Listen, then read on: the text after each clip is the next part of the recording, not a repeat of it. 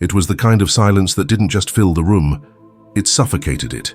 CEO David Langston stood frozen at the head of the boardroom table, his jaw clenched, the color draining from his already pale face. Around him, high-ranking executives, legal advisors and cyber specialists stared helplessly at their own laptops and phones as their internal systems collapsed one by one. Files vanished, backups failed, and years of confidential corporate data were suddenly gone. He had just begun his quarterly shareholders call, and now their entire digital infrastructure, the one the company had poured millions into, was disintegrating live. His voice cracked. "Is this a hack? Where's IT? Where's Mason?" Someone shouted from the corner. "We can't reach him. He's locked out too." David's fingers trembled. He was the CEO of Genentech Corporation, one of the most powerful biotech firms in North America. He was known for his poise, precision, and zero tolerance for failure. But now, with servers crashing, investors watching, and lawsuits inevitable, he could feel the illusion of control slipping away. In just under 8 minutes, Genentech had lost access to every critical system it relied on. But no one, absolutely no one, expected that the solution wouldn't come from their $300,000 a year chief data officer, but from the quiet teenage daughter of a janitor. Have you ever watched someone fall apart under pressure and wondered if it could happen to you too? 20 floors below, in the dull-lit janitor's locker room, 16-year-old Elena Ruiz was tying her father's shoelace for him. Her hands moved quickly, a habit from years of helping him with little tasks ever since his knee injury. Her dad, Miguel Ruiz, had worked at Genentech for over a decade, quietly sweeping halls and mopping spills. While billion-dollar secrets were whispered in the boardrooms above, Miguel wasn't supposed to bring Elena to work. But today she had nowhere else to go. Her laptop had been confiscated by her public high school after she accidentally breached their firewall last month to expose a bullying scandal, suspension, probation. One more step away from getting into a decent college. Her father didn't ask questions. He just sighed and said she could come with him if she stayed quiet and out of sight. Elena was anything but quiet by nature. Her eyes caught everything, every line of code on a screen, every crack in a network. She learned from watching, listening, hacking for fun. She hadn't told anyone, but she had already reverse-engineered the firewall at Genentech's employee lounge just to stream faster Wi-Fi on her phone. But as she stood in the hallway near the maintenance closet that morning, a sudden flurry of movement drew her attention. Men in suits were sprinting down the hallway, phones to ears, panic in every step. Have you ever known, deep in your gut, that something big was happening just beyond your reach? Back in the boardroom, David slammed his fist on the table. "Tell me what we have left, what's still operational?" One of the junior analysts hesitated. "Nothing we can see. The backup server's down, and the fail-safe was routed, weirdly. I think it rerouted through an internal node we can't track." David glared at the analyst, then leaned into the mic to speak to the investors who were still on the paused call. "Please stand by. We're investigating a minor technical difficulty." He knew it wasn't minor. It was a digital heart attack. Then a knock on the glass door. They all turned. A custodian opened it halfway and mumbled, "Sir, someone says she might know what happened." David's voice sliced through the room. "Who?" The custodian looked nervous. "My daughter, sir." David blinked. "Your daughter?" From high-rise chaos to low-level humility, two worlds collide as the boardroom faces the unlikely. David barely registered his own disbelief when a teenage girl with curly black hair, scuffed sneakers, and a Genentech visitor badge stepped into the room. She stood there, awkward but unshaken, her gaze meeting the CEO's directly. "I think I know what went wrong and I can help," someone scoffed. "This is a billion-dollar company, not a classroom." David raised a hand to silence the room. "Explain." Eleanor stepped forward. "Your core security protocols were written with outdated syntax. A vulnerability in the handshake authentication caused a loop conflict with your backup node. Whoever built your failsafe didn't consider what would happen if it redirected traffic in a cascading failure." The room stared blankly. David narrowed his eyes. "English?" Elena took a breath. Your system tripped over itself trying to save itself. I've seen it before. I can show you. Would you trust someone the world overlooked, simply because they sounded like they knew more than you? David hesitated, not because he believed her, but because at this point, he didn't have a choice. He nodded toward the nearest laptop. Sit. Eleanor dropped into the chair, fingers flying across the keys. She wasn't nervous, she was alive. This was her world, not high school cafeterias and detention slips, but keys, ports, lines of code that flowed like poetry. Behind her, David paced. The entire boardroom leaned in as unfamiliar windows opened on the screen. The system's deepest levels, logs no one had accessed in years, began to display a clear pattern. There, she said. See that recursive call at 0942? It crashed the recovery system, but your main data blocks were quarantined, not deleted. They're just trapped. And can you get them back? She smirked. Already working on it. As Elena begins to fix the system, David faces pressure from both inside and outside the company. His phone buzzed again. The CFO. David, this goes on much longer. The board's pulling out. You understand what that means? David's voice dropped. I'm fixing it. You better. We've got lawyers circling already. He turned back to the girl. How long? Elena didn't look up. Give me 15 minutes. Maybe less. David crossed his arms. And what do you want in return? She finally looked up. Nothing, but maybe next time you hire someone to build your system, don't ignore the people who actually understand how it works. How often do we mistake wisdom for age and overlook brilliance because it comes in unexpected forms? Silence again. This time not from failure, but hope. Line by line, Elena patched the broken loops, rewrote access keys, traced the data tunnels until... Bingo, restoring now, she whispered. Suddenly, screens flickered back to life. Files began to reappear. One by one. Board members gasped. Analysts scrambled to confirm the restoration. And David just stood there, staring. She did it. 16-year-old in sneakers. His voice hoarse now managed, Who are you? Elena unplugged the laptop and stood. Nobody important, just the janitor's daughter. The system is saved, but the real tension is just beginning at the world is about to find out.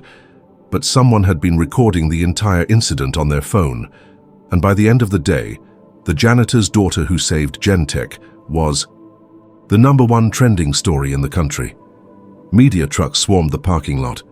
Blogs ran articles with headlines like, Teen Hacker Outsmarts Billion-Dollar Corporation. And in the chaos, one detail spread like wildfire. Elena Ruiz was suspended from school for hacking. Now she was a national hero. That night, in a small apartment in Eastwood, Elena sat cross-legged on the floor beside her dad, watching the coverage. Miguel looked torn between pride and fear. They're going to come for you now, Mija. You don't mess with giants like that and walk away clean. Elena stayed quiet. She knew. The real storm hadn't even begun. If you had a chance to rise, truly rise, would you take it, even if it meant losing everything you once called safe? Elena's name was now trending on every major platform. But while the media celebrated her as a genius, a tech prodigy who saved a corporation from digital collapse, the vultures behind the scenes were circling. At 6:12 a.m. the next morning, her father's prepaid phone rang. Miguel answered, groggy and half asleep. See? This is Gordon Mills from Gentech Legal. We need to speak with Elena Ruiz immediately. Miguel sat up. She's a child. You go through me. But Elena was already awake. She took the phone gently from his hands. This is Elena. Elena, the man said, his voice polished and artificial. Mr. Langston would like to meet with you today privately. He has a proposal. By 9 a.m., she was standing outside Gentech HQ again, this time not as a stowaway in a janitor's supply cart, but as an invited guest with a printed badge that read, Elena Ruiz, Consultant. As the doors opened, she could see the lobby staff whispering. Some smiled. Some didn't. She entered the executive elevator alone. Floor 38, David Langston was waiting inside his office, dressed immaculately in a tailored navy suit, but his face was marked with fatigue. The pressure of yesterday hadn't left him. He nodded toward the leather chair across from his desk. "Elena," he said, trying to sound casual, "I owe you one hell of a thank you." "I'm guessing that's not the only reason I'm here," he smiled faintly. "Sharp? Good. Let's be honest then. Have you ever wondered if someone's kindness was just the opening act to a hidden agenda?" David leaned forward. "You embarrassed some very powerful people yesterday. IT, legal, securities, even the board. They want answers. I gave you a solution, you did. But what you exposed was something far worse, that our infrastructure, our judgment, even our hiring practices were flawed. And if a 16-year-old could fix it when our executives couldn't," he trailed off, shrugging. "You're a threat, Elena." "I'm not trying to be," he nodded. "But you are. Which is why I'm offering you something very few people ever get." He slid a manila envelope across the desk. "It's a contract, paid internship, private mentorship. We'll set up college funding. NDA, of course." She raised an eyebrow. "You're buying my silence?" "I'm giving you a future." "And what about my father? We'll promote him, more hours, better insurance. Your family won't have to mop another floor again. Elena is offered a golden ticket, but it comes with invisible strings." She stared at the folder for a long time. It would be so easy to sign. A dream, a lifeline, safety, but something twisted in her gut. "What about the system?" she asked. "Are you going to fix the deeper flaws? Not just patch the glitch, actually build security that lasts?" David's eyes flicked away. "That's not your concern anymore," she exhaled slowly. "That's the problem." He stood. "I suggest you sign, Elena, because if you don't, this corporation will turn on you. They'll twist the story. Paint you as the hacker who nearly caused the collapse, not the one who saved it. Would you take the deal and disappear, or stand and risk becoming the villain in your own story?" Elena stood too, closing the folder but not signing. "I'm not for sale." And with that, she walked out. The backlash was almost instant. 2 hours later, a story hit a second-tier tech site. Unlicensed teen hacker breached Gentek security. Investigation underway. By the afternoon, local news followed. Did teen prodigy actually cause the crash? She fixed? By evening, school confirms Elena Ruiz's prior hacking incidents. What had been a victory story was now unraveling into suspicion and blame. In their apartment, Miguel paced in silence while Elena sat cross-legged on the couch, scrolling through the headlines. 2 months later, Elena launched Echo Code, a non-profit initiative offering free coding mentorship to teens from blue-collar and immigrant families. The first online class had over 14,000 sign-ups in the first week. She didn't just want to fix systems anymore.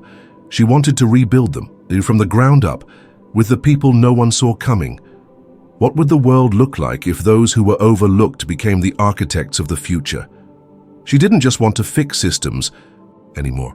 She wanted to rebuild them, with the people no one saw coming. And that began not in a boardroom or conference hall, but in the cramped community center down the street from the apartment she shared with her dad. Miguel still worked night shifts at Gentek, though now the executives looked at him differently. With confusion, with fear, with respect maybe.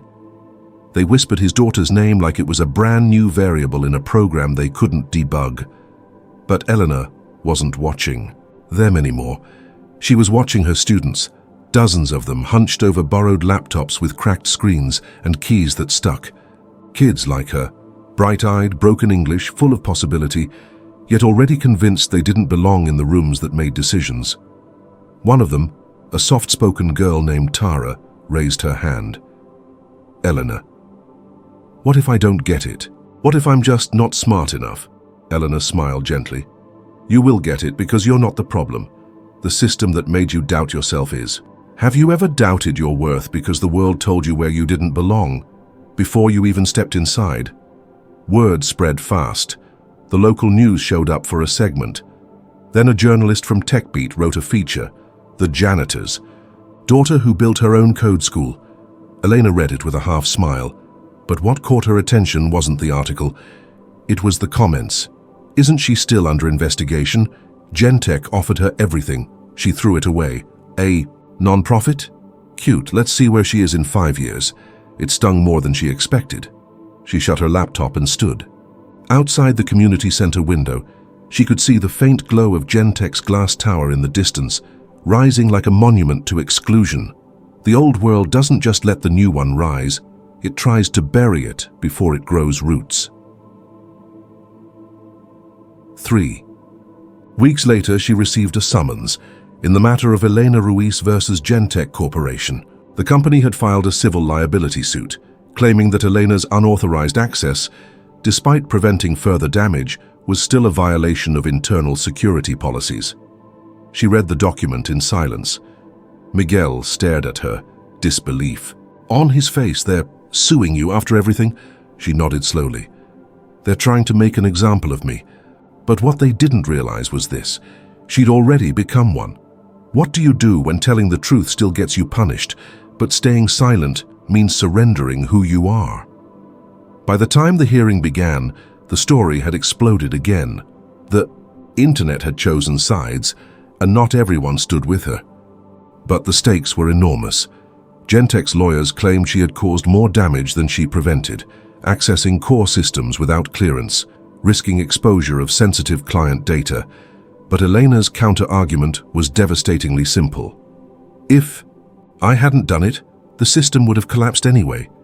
You hired people who ignored the red flags, you fired the ones who asked questions, you made the mess. I cleaned it." And then she said the line that would go viral by evening. "You didn't lose control when I logged in. You lost it when you stopped listening to people without titles. What happens when the people with the least power start speaking like they own the room?" The legal battle becomes a moral reckoning. The judge didn't rule that day. But as Elena walked out of the courthouse, a quiet crowd stood across the street. Kids, janitors, single mums, teachers, even former interns from Gentek. Some held signs. "We see her. Systems fail. People fix. Daughters belong in data." Elena paused. A reporter shouted, "What would you say to Gentek now?" She looked directly into the camera. "This isn't just about me. This is about every person who was ever told they weren't enough and then proved the world wrong. That night," Miguel placed a soft hand on her shoulder. "You're not just teaching code, Mija, you're teaching resistance." She didn't say anything, just leaned into him, letting herself rest for a moment, because tomorrow would be harder. 2 days later, the judge issued the ruling. While Elena Ruiz did access secured systems without prior approval, the court recognizes the exceptional context and ethical necessity of her actions. No damages are awarded. Gentek's claim is dismissed. It was a victory, legally. But Elena knew the war wasn't over. Gentek wouldn't forgive her, but she no longer needed them to. Do you need permission from the powerful, or proof from the people you've helped, to know you've already won? Victory clears the path. But paths must still be walked, or nothing changes. Elena's non-profit Echo Code exploded in growth. Tech workers volunteered to mentor, parents donated laptops, and one day she received an anonymous grant that stunned her. $500,000 wired, directly into Echo Code's account. No note, no conditions. She tried to trace the origin, but the only clue was a string of code buried in the transaction metadata, from one overlooked kid to another. "Keep building." She printed it, framed it, hung it above her desk and kept building. One morning, while reviewing applications, she came across a name that made her blink. Tara Langston. Age 14. Daughter of David Langston. She checked twice. Yes. That Langston. Elena sat in silence. It would be so easy to reject the application, to hit delete, to hold the grudge her heart still carried like a scar. But instead, she clicked accept, because the future wasn't going to be written by revenge. It was going to be written by who she chose to lift up, even when no one lifted her. Could you open the door to someone connected to your pain, just so they'd never have to feel it themselves? The room was silent, except for the soft clatter of keys and the hum of box fans keeping the makeshift classroom cool.